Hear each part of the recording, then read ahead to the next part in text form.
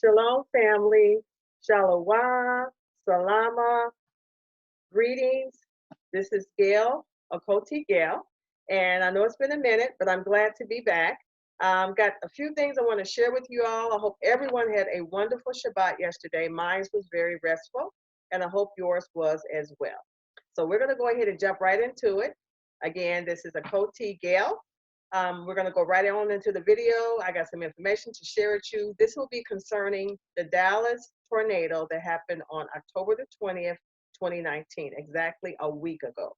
So I'm now prepared to bring you some information. I've been wanting to bring it, but as time was progressing, there were some additional things that the Most High had put in my spirit to share. So I think I'm kind of there now where I'm ready to go ahead and release the things that I've received, okay? So let's go ahead and get started. I'm gonna go ahead and share my screen.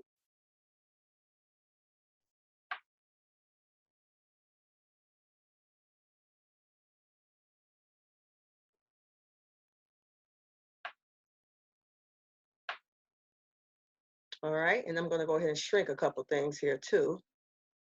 All right, so let's go ahead and get started. My little picturette is pretty good where I think where I need to have it at. I may move it up just a little bit, but we're gonna go ahead and get started, okay?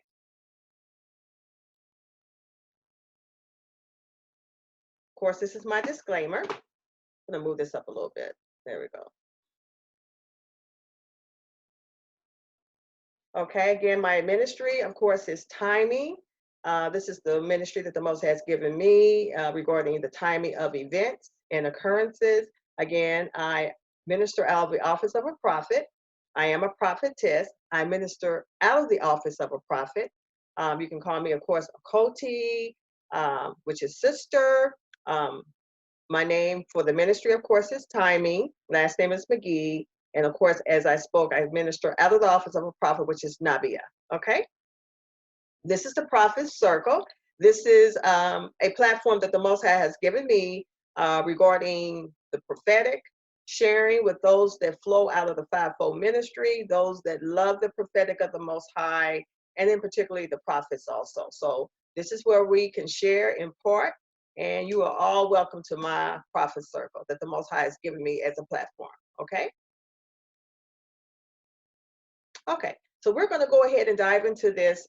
This YouTube is about the Dallas tornado that happened on October the 20th, 2019. It's been exactly a week ago, Sunday, okay?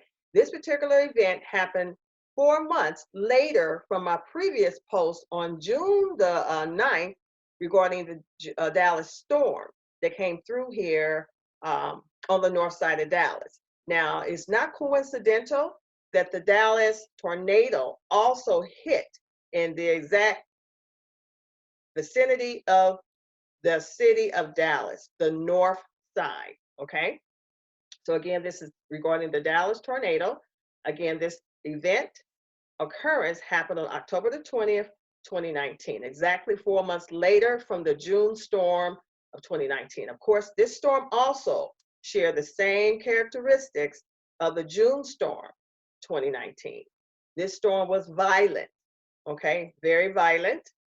I think they said it was a category F3 as far as tornadoes. This tornado also had destructive winds. They were very powerful winds. Very, very powerful. I'm hearing up to 180, maybe close to 2. So I know they were very powerful winds. And this particular tornado had hail after the fact too. So after the tornado, then there was a lot of wind and hail. So we also had that to happen. Now this Dallas tornado, again, was 4 months after the following storm in Dallas, June the 9th, 2019. If you want to see my video on that, you can kind of scroll through my selection, and then you can go to the Dallas June storm, the 9th of 2019, and you can see the YouTube I did on that. This is happening after. This is something that happened after. This is another event that happened after that storm. Now, this is the discernment that I picked up out of that particular storm. First of all, there was so much mercy for those of us that live in Dallas. Why do I say that? There was no life was taken or removed. We did not lose one soul. So, but the impact of that storm, it didn't take a life. So we are so grateful for that. The damage that that storm did, not one life was taken.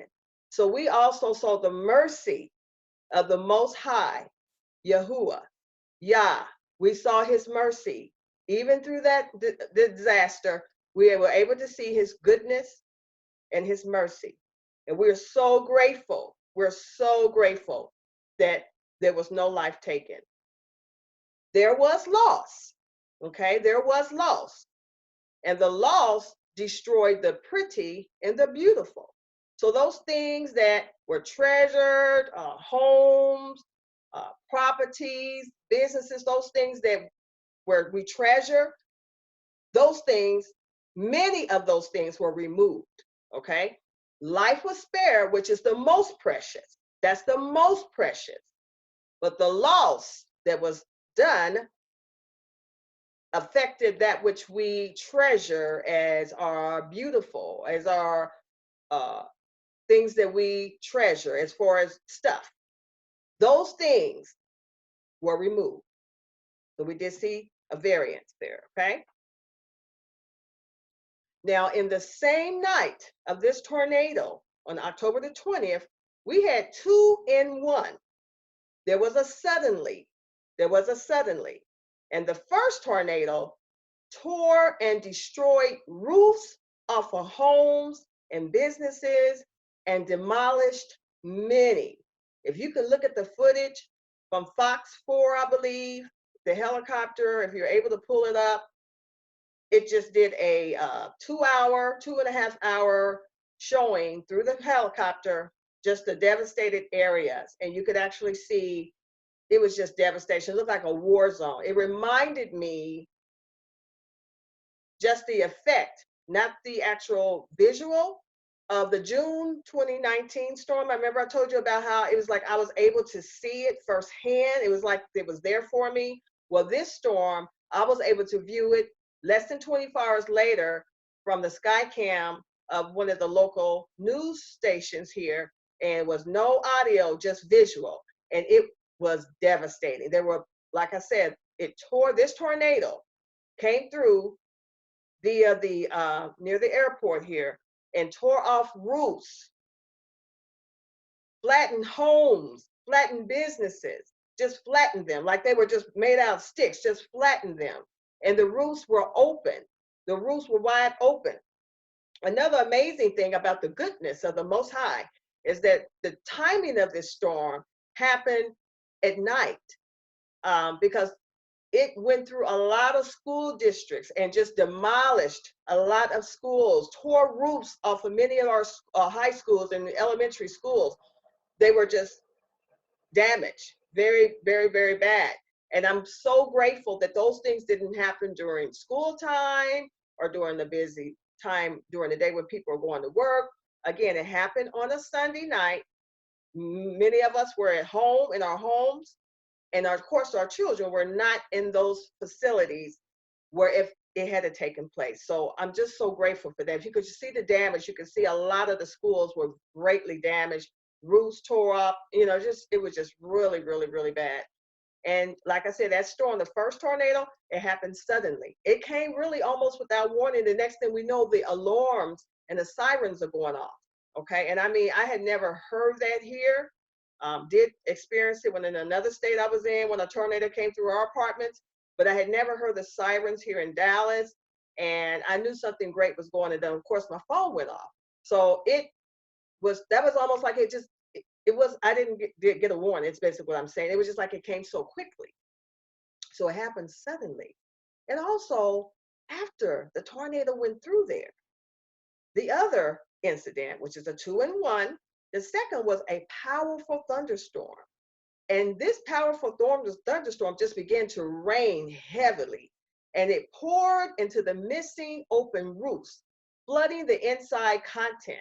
So those roofs that were blown off, the heavy rain and hail poured within those structures, and everything pretty much was damaged. So not only did the tornado just come through and left, a powerful thunderstorm followed it immediately, following, I say it was less than 20 minutes. It followed, and it just rained, just heavy rain and hail into the open structures that were already damaged by that tornado, even yet destroying the content even more. So that's why I said it was like a 2-in-1 that happened on this night. Now we have to ask ourselves, the Dallas tornado, when did this occurrence or event take place? Because you know, timing is of significance. Timing is everything. And as I had just pointed out earlier about how it was just a blessing that it did not happen at a particular time to avoid even the loss of death and even more damage. Okay, so we want to know, when did this occurrence in an event take place, the Dallas tornado? It happened during the week of Sukkot, or the Feast of Tabernacles. That is so, so important, and it has a timing significance, okay? Again, it happens during the week of Sukkot, which is the Feast of Tabernacles. You can find this feast, which is the feast, one of the feasts of the Most High Yah.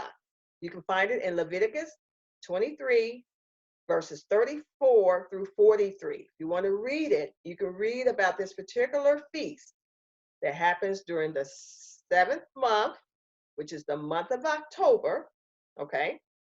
It lasts for 7 days, and then it has an 8th day. But this event happened, this occurrence was answering something.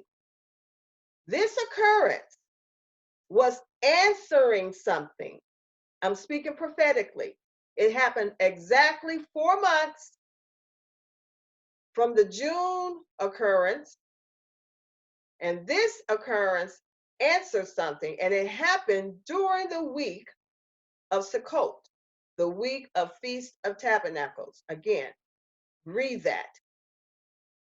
It answers something, and it has everything to do with the timing of events that are and are going to take place. Please make note of that. It is no coincidence. It answered something. The event answered something. So now we know that the 8th day, because of Sukkot, is 7 days, and then there's 1 day extra, which is the 8th day. Many of us know what the 8th day represents. I'm not going to go there because a lot of us already know, based on knowledge and revelation that you've gotten, what is the 8th day. I'm going to bring what I received, okay? So again, in Leviticus 23, 34 verse through 43, specifically verse number 36 deals with the 8th day, okay? And that particular event, that 8th day, the Most High said, verse 36, was holy. That day was a holy day. Now, during that whole week is a week of celebration before the Most High, bringing your sacrifices and celebrating, and it's a feast for the whole 7 days, okay? So it's a holy convocation, okay, for that Sukkot. But that 8th day is a set apart holy day, and it is a day for a holy convocation. Again, do your reading, and you can do your studying, and almost definitely do your praying. Please pray. And that way the Most High can open it up to you, give you a more insight, understanding, revelation, because it's never ending. There's no bottom barrel to it. There's no bottom well to it, because he can go as deep as you want to go with him. Okay? So, also, I checked out the Book of Jubilees as I was doing my studying yesterday. I was reading, and I'm going through the Book of Jubilees, and I was reading, and I got to chapter 32. It was no coincidence. I was like right there to start on chapter 32, verse 27 and 29, And guess what it was talking about? The Sukkot. It was actually talking about the Sukkot that Jacob or Jacob was performing. Okay, so he was performing the Feast of Tabernacles, which is Sukkot, the 7 days. And the scriptures, if you will read Jubilees, the 32nd chapter, verses 27 through 29, it speaks of that 8th day. And actually, I want to read it if I can. Hold on one second. This is out of the book of Jubilees, okay? And it says, and he celebrated, talking about Jacob, there yet another day, and he sacrificed thereon according to all that he sacrificed on the former days, and called its name addition. So the 8th day, after the feast days, Jacob, called the 8th day addition, which means it was added to the previous former days, which is the former days was the feast days. So the 8th day was an added day. So it was already counted as holy, even with Jacob, with Jacob, during the feast day when he was honoring and celebrating the feast days. So that date meant addition. The Most High said it was a holy convocation. Okay? Now, I want to make sure we understand that, because it is the setting of a time period of events. I want you all to know that. I'm going to tell you also what I received from the Most High concerning this period and this feast day. Okay? So we do know it is addition. Okay? Something that is added, an extra day that the Most High has honored, and he set it apart, saying it is holy. Now, what did it bring prophetically? We're speaking prophetically. What did that feast, tabernacle, Sukkot, what did it bring? I'm going to share with you what the Most High gave to me. That particular event, that occurrence, that feast of the Lord, of the Most High Yah that we celebrated, when it came and it will override the system concerning his people. So we are going to see, and it manifested that week, that the Most High is going to override the system concerning his people. We are going to see a shift and a change concerning the establishment, the system that is already in place, how it affects his people. And the Feast of Tabernacles, the Sukkot, it was the marking in this time period, okay? I'm speaking of this time period. It was a marking that the Most High will be overriding the system concerning his people. It is going to get even better than what we will be seeing, okay? He is going to come in. He's going to set some things in order. And he's going to override some things that we ourselves, his people, Yehuda, Judah, the Hebrew Israelites, okay? He is going to override some things concerning us while we're yet in this system. He's going to override it.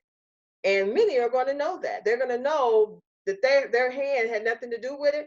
They're going to know that there has been a supernatural intervention that is overriding what the system normally does. But the Most High is letting us know he's overriding it in behalf of his people. It's him doing it when you see it manifest. And had this period we've already entered has already started.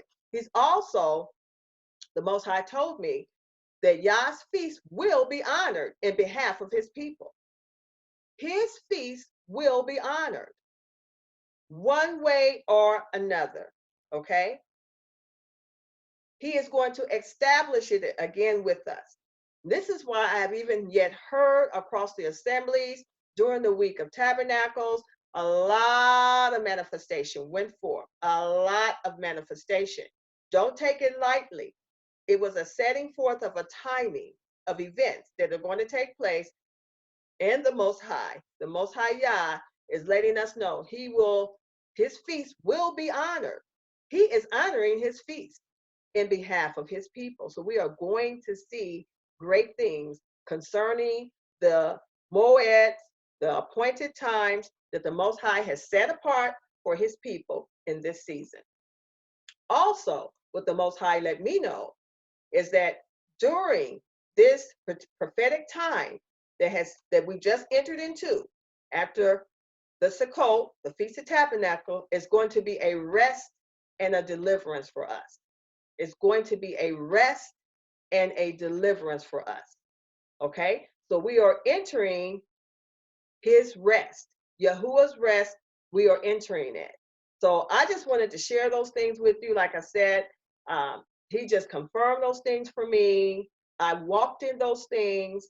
It was amazing how he just shifted the system. And you know what? The system couldn't do anything. And it will not be able to do anything concerning his people because the system is going to know that there is a supernatural force, which is the Most High himself, Most High Yah, Yahuwah, that is working in behalf of his people. He's going to make it more evident. As we begin to see the days, the weeks, and the months come, he is going to make it evident that he is going to do it his way and he's going to do what he wants to do. So again, that season is going to reflect a rest and a deliverance for us, okay? So we are going to literally see deliverances. I have heard that even during the week of Sukkot, that there were so many deliverances that were taking place. Guess what, family? That's just the tip of the iceberg. It was a marking for us so that we can see what time period we have entered concerning the feast. And also that those of us that may not even believe that the feast maybe have went away, we don't honor them now, we can't do them. The Most High is still in his calendar. He still is doing what he wants to do in them. They have not went away, and his feasts are greater than the system. Remember that. His feasts are greater than the system. And he is going to show, he is yet showing, and it's going to even get better. He's going to show his word is perpetual and it does not go away because of a man-made system. It will be honored. So wanted to share that with you.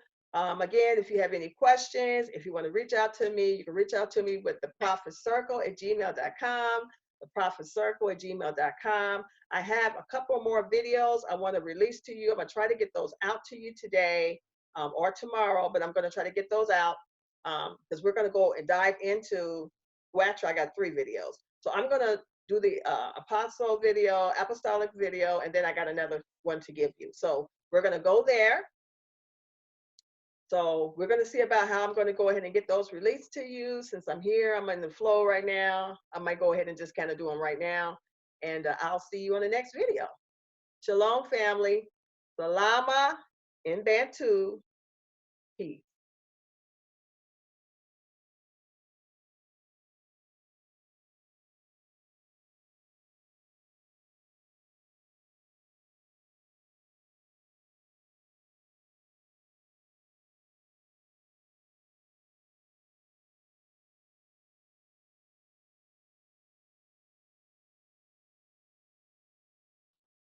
I'm going to get it in a minute. Love you all. Have a good one, too. Bye-bye.